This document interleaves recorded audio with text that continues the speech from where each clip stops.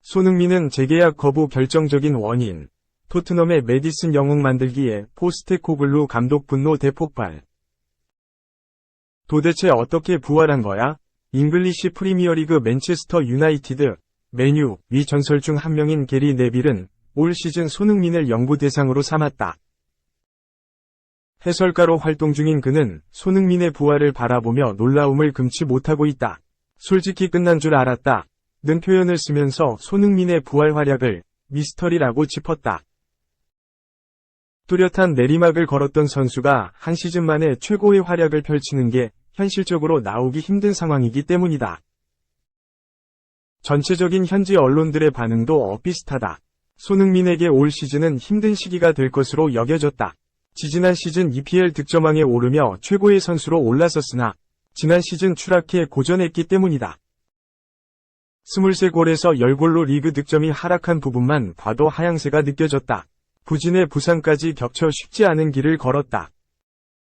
올 시즌을 앞두고 영혼의 단짝 해리 케인마저 독일 분데스리가 바이에른 뮌헨으로 이적해 손흥민이 위력을 되찾기 어려울 것이라는 게 중론이었다. 하지만 전망은 완전히 빗나갔다. 시즌 초반 손흥민은 또 다른 모습으로 부활에 성공하며 토트넘을 넘어 EPL 최고 반전 스타로 우뚝 섰다.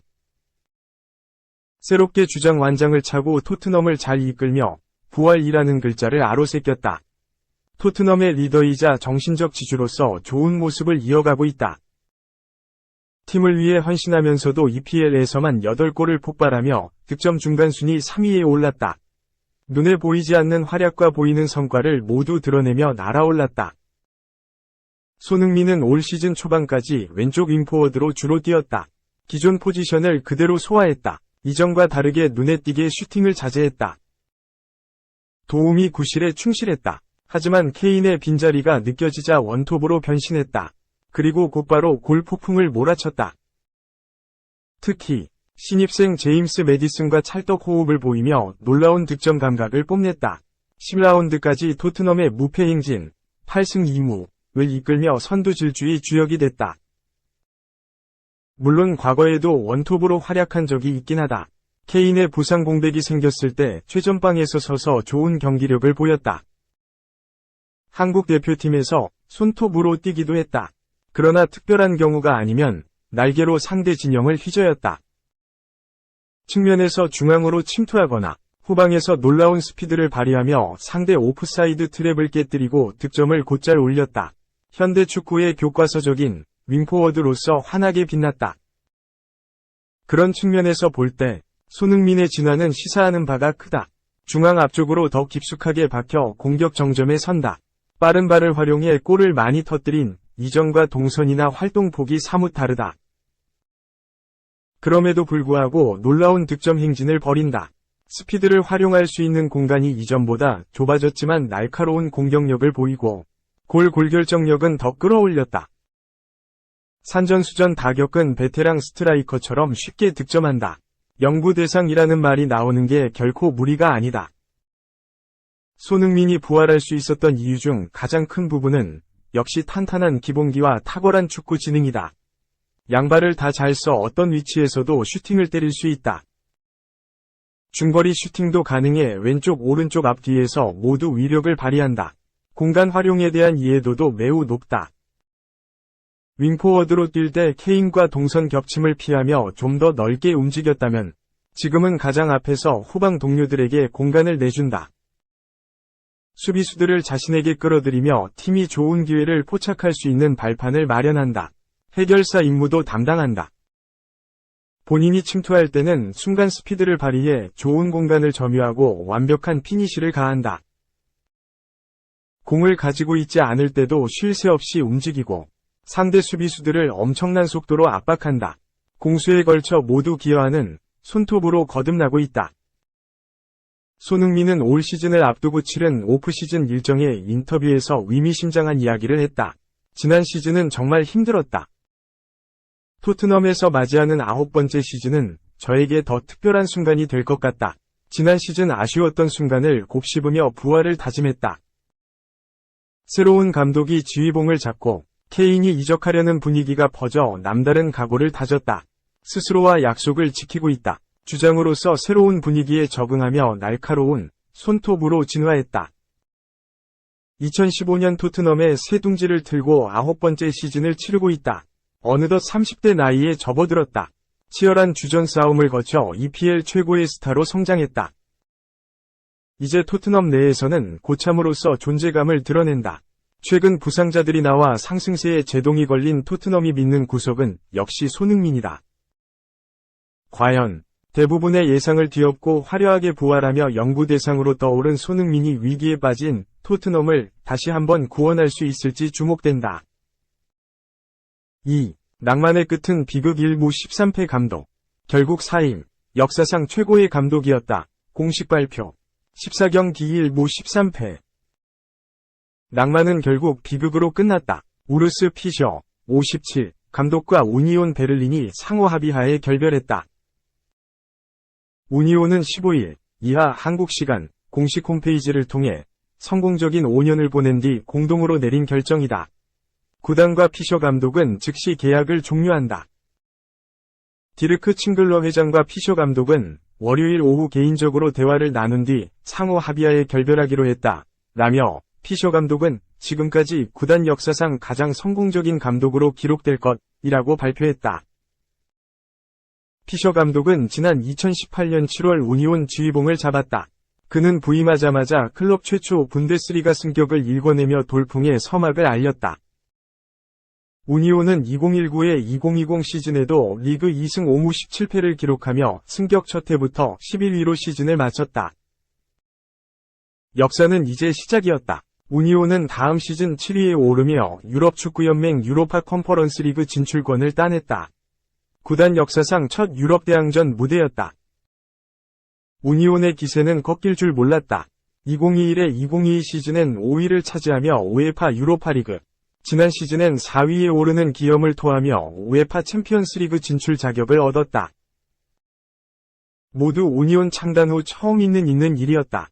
우니온은 지난 여름 이적 시장에서도 독일 국가대표 수비수 로빈 고젠스와 미국 국적 유망주 브랜든 에런슨, 리카 투자르, 다트로 포파나 등을 영입하며 분주히 움직였다.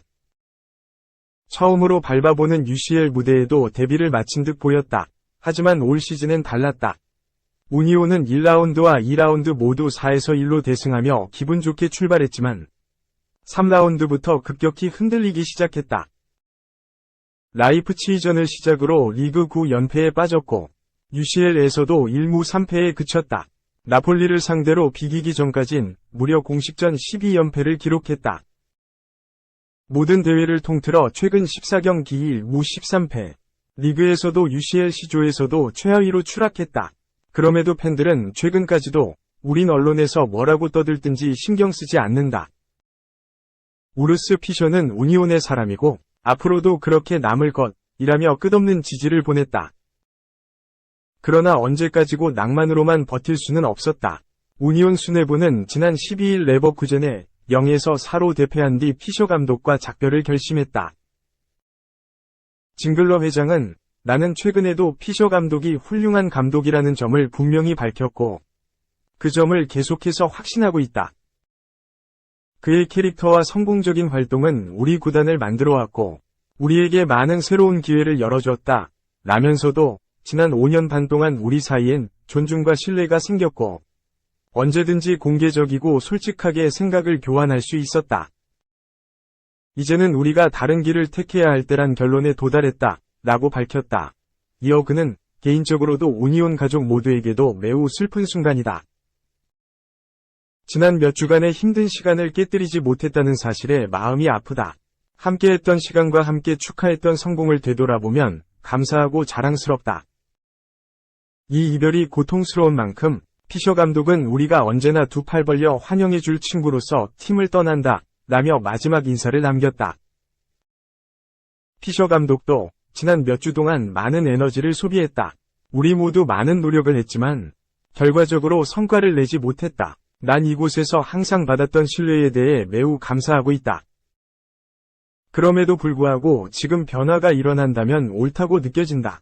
때로는 새 얼굴, 팀을 다루는 다른 방식이 발전에 도움이 된다, 라고 말했다. 피셔 감독과 함께하던 마르쿠스 호프만 수석 코치도 팀을 떠난다. 일단 우니온은 19세 이하, U19, 팀을 이끌던 마르코 그로테 코치에게 임시로 지휘봉을 맡길 계획이다. 3. 이적료 1866억 이상 요구할 것, 손흥민 새 파트너 영입 계획 제동. 손흥민의 새 파트너 영입 계획에 먹구름이 꼈다. 영국 매체 팀토크는 15일, 한국 시간, 브라이튼 앤 호브 엘비언은 에반 퍼거슨, 19, 위 이적료로 모이세스 카이세도의 1억 1,500만 파운드, 약 1866억 원, 보다 많은 거액을 요구할 것이다, 라고 보도했다. 퍼거슨은 향후 정상급 스트라이커로 성장할 제목으로 평가받는다. 어린 나이에도 불구하고 침착한 골 결정력과 동료들과의 연계 능력이 가장 큰 장점으로 꼽힌다. 기록으로 자신의 능력을 증명했다. 퍼거슨은 지난 시즌 모든 대회를 통틀어 34경기 16골 5도움을 몰아치며 브라이튼 돌풍의 핵심으로 떠올랐다. 폭발적인 상승세는 빅클럽의 레이더망에도 포착됐다. 이번 보도에 따르면 맨체스터 유나이티드, 맨유는 올여름 이적료 5천만 파운드, 약 811억 원을 앞세워 퍼거슨의 영입을 추진했다. 이적은 성사되지 않았다. 퍼거슨은 잔류를 선택했다. 무성한 이적설을 뒤로하고 다시 브라이튼에 집중하면서 올 시즌 14경기 5골을 장렬했다. 재계약이라는 보상이 따라왔다. 브라이튼은 지난 10일 퍼거슨과의 재계약을 발표했다. 계약 기간은 오는 2029년까지로 브라이튼과의 장기적인 동행을 약속했다. 이적설을 완전히 불식시키지는 못했다. 팀토크는 맨유뿐만 아니라 토트넘 호스퍼, 리버풀까지 여전히 퍼거슨의 영입을 원하고 있다, 라고 전했다. 최전방 공격수 영입은 토트넘의 목표 중 하나로 꼽힌다. 올여름 팀을 떠난 해리 케인의 뚜렷한 대체자를 데려오지 못한 만큼 계속해서 영입을 시도할 가능성이 높다. 퍼거슨을 영입하기 위해서는 막대한 이적료 지출이 불가피하다.